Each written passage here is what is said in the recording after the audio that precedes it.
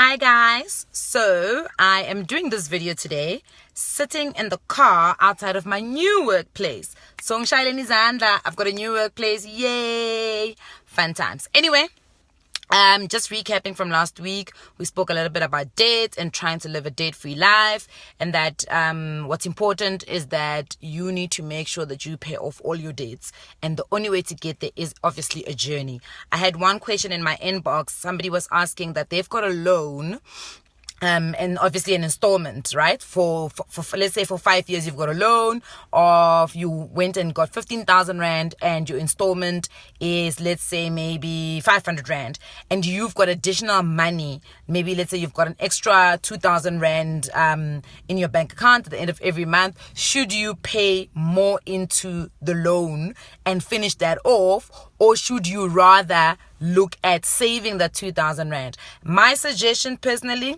is that you pay into your loan. Finish off that debt. The quicker you can finish off the debt, the better you look first and foremost to the credit bureaus, the better you look to banks, the better your credit facility will become. Obviously, we don't want credit, but there's some things that you don't have a choice but to get credit. Unless, of course, you are a Gupta child, or you've got some reserves, or you are an inheritance child and you'll be left with like 100 million rand. At the end of the day, depending on what you are buying, there are some assets that we do buy on credit, e.g. a bond, a house. You would mostly probably try to get it on bond if you can't pay for it cash. Okay, so that's your debt. So that's about debt. That's a recapping from last week. Moving on from this week, you guys also asked about the guy who managed to buy property with only 20,000 rand in his account. Okay, so how this guy did it, right? You got 20,000 rand in your account, which means that you've got enough money to put down a deposit, right? You go and look for either low-cost housing, or maybe even not even really low-cost housing, even property that's going retailing, a one-bedroom that's retailing at 300,000 rand, right? You put down the deposit, right? You go to a bank, you put down the deposit. Obviously, first and foremost, before you actually even think of doing this, remember that you need to have a great credit history and a great credit score. Nothing in the world is available if you do not have a great credit score. Banks do not even look at you. Mind you, it was so difficult for me, who has been trying all my life to stay from debt, for them to give me a bank loan. Even with a deposit of close to 1 million rand, they still made me struggle to get a bond. So it is important that you make sure that your credit history and your credit status at the credit bureaus is clear. In other words, go and check. It is free. Experian, and I think there's another one that I can't remember what it's called. They will give you your first credit check for free. Make sure all your details are correct, because credit people who give credit will either spell your name incorrectly, they'll call you a Mrs., they will say you've got dependents. All those things count towards your credit score. So make sure your credit score is properly captured. Check on those accounts that you actually have finished. Make sure that you go back to those creditors and get a closing of account letter, so that if they're still reflecting on the credit bureau statement, you can then upload them there and send them through to them and let them close that account and show it as closed. Where you have missed payments and you've actually made an agreement with the creditor, you need to show to those credit bureaus that you actually did go and speak to them and tell them, you know what, because I've been laid off, I've been retrenched, I'm going to miss these payments. So those things are very important for you to have a good credit history, so that you can actually go and get a loan from a bank. At the end of the day, banks, we would like to think they work with numbers, but sometimes they really don't work with numbers. They look at you, who you are. I'm not gonna lie, they looked at me, they looked at my age, they looked at the skin, the color of my skin, and it's unfortunate, but that's exactly how it works. So you need to make sure that the one thing where they think they're going to catch you on is proper. Because we, especially as African people, we're known for bad credit. We're known for not paying. Also, please, guys, what's very, very, very important is that you do not go and pay and settle all your accounts all at once, and then tomorrow try and get credit. It does not work like that. Because what they also check is your credit pattern. How do you pay? Are you a good payer? Do you pay according to the agreed installment every single month as agreed? Or do you wait and not pay and then go pay a lump sum to settle your accounts? So also sometimes settling, especially if you haven't been great at paying properly, is not always the best thing if you also want to go and get credit immediately. So just look out for that thing. So anyway, going back to how this gentleman bought his property with 20,000 rand. What he did is, it's like one of the simplest things to do in property, but not a lot of people know it. First and foremost, he made sure he's got good credit. He went to the bank and said, okay, I want to purchase this property. It's 300K. It's either a 300K or maybe 400K type of house, or you go and buy property from developers, right?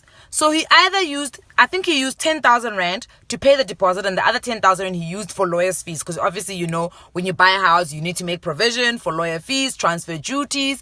Yay, there's a whole lot. And if you're getting a bond, just know that you're also going to pay a bond registration amount. Yay! And all these numbers, they pop up. They pop up all of a sudden when you're now buying a house. Nobody tells you about them, nah? Nobody says anything about these numbers. But in any case, yeah. So what he did is he went and paid off 10,000 rand of a deposit, got another, the other 10,000 he used for lawyer's fees, and then he bought a property at 300,000 rand. What he did is he rented out the house. So his tenant was paying maybe 4,000 rand a month. He was taking that 4,000 rand a month, every single amount that he was getting from rental. He was not spending it. He was not chowing it. So it's not one of those things what you can do if you are trying to also then withdraw that money and keep it for yourself or use it for your personal use. It has to go back and get recycled back into the bank, right? So it's one of those things. So what you need to then do is that you need to take back that money and pay it back into the bond every month. So somebody else ultimately is paying for your bond, but you own the property, right? What you can also do to try and minimize the number of years, because usually bonds are going at 20 years, you can then pay in an additional amount of money. You will be surprised how even an additional 500 rand can cut even 5 years off your bond period. So that's what he did. And ultimately, what banks see, every time he gets in that rental amount, banks see that as income. So he is getting an additional income. So banks are seeing that income, that rental income coming in as more money added to his existing credit facility or credit history or whatever it's called, which then means he has more access again to go and get another loan. What happens is when you get a bond, you also get I don't know what it's called, it's like an open bond or something like that. If you do that and you put money into your bond account, you actually don't have to go and reapply for another bond. You can actually just add your new bond on top of the bond that you have already existing. So ultimately, that's what he did. He then got, after maybe 2 years, when he realized, okay, I've been paying this amount of money into my first bond, and I've got a facility now to go and get another bond, he went to go get another bond. Let's say maybe of another property at 400K. And then what he then did is that he's now getting rental from the 400,000 rand house and from the 300,000 rand house. And together, that rental income, he's using it to pay towards his bond. Remember now it's one bond because he just loaded his second bond on the first bond. Ultimately, that's what it means. And if he pays from his own pocket also an additional amount of money, again, it pisses the rental period. It does not nipisa your installment, it nipisas the rental period, which means you are ultimately paying less in interest. In interest, whatever it's called. Interest, yes. So yeah, that's how you get to buy a property using other people's money, because other people pay you rent. That's how people actually build up on property. But let me tell you, property is probably the slowest way to make money. Ask me, I know. I have a property that I bought cash. It was 1 million rand. I bought it cash. I've got somebody who's renting it. They're renting it at, I think they're renting it at 8,000 rand. Let's say 8,000. I'm not actually sure. 8,000 rand. Now, first and foremost, because I don't pay a bond on the property, it should mean that all the money comes to me. But it doesn't, because number one, you're going to pay City of Johannesburg municipality, wherever you are living, wherever the property is. You're paying them for water you're paying actually for rates, which is like your water connection and your electricity connection. Then you are also paying the levy of where you bought the property.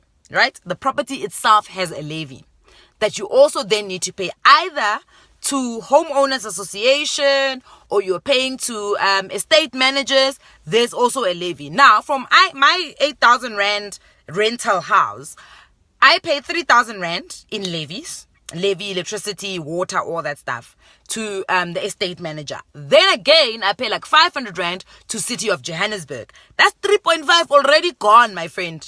3.5 already gone from 8,000 rand. So ultimately, I'm making what? Do the maths, I don't know, 4.5, I think.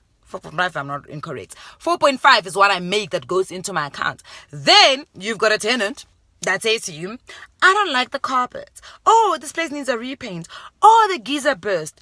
Oh, this. So you must also keep in mind that if shit hits the fan inside your house, you gotta fix that shit. And the money comes from your pockets. And all the time, it's always unforeseen shit that happens. So you need to make sure that you are saving that money. So it's not money that you can just, like, oh God, yeah, you spend all the money. It's money that you need to keep in mind that you need to upkeep the place. And every single place ages. So you have to upkeep tiles, you have to upkeep paint, you have to upkeep light bulbs. All those things are on you to buy them. Unless, of course, you put them in your lease, that you don't do that. But if, let's say, a geyser bursts, you can't expect your tenant to pay for a geyser, so you gotta pay for it. So those are things that you need to keep thinking of if you ever want to go into property. This is now a rental property. Obviously, there's other ways in which you can make money from property. There's flipping property, flipping houses. That's buying a house that is like done and out, dusted, but it's got potential. You flip it and you make it great and then you sell it again on the market.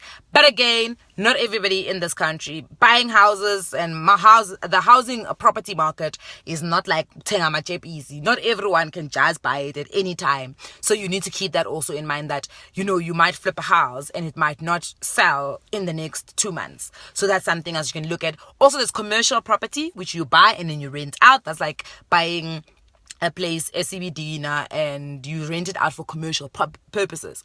Then you also find property developers. These are now the guys who make serious money. Real money are the people who have property developers. But you must also understand, they're not sitting with whole big money. They've got a certain amount of budget, because what they do is that they buy, they've got land, obviously. That's why you must know it's the other race that's got the land.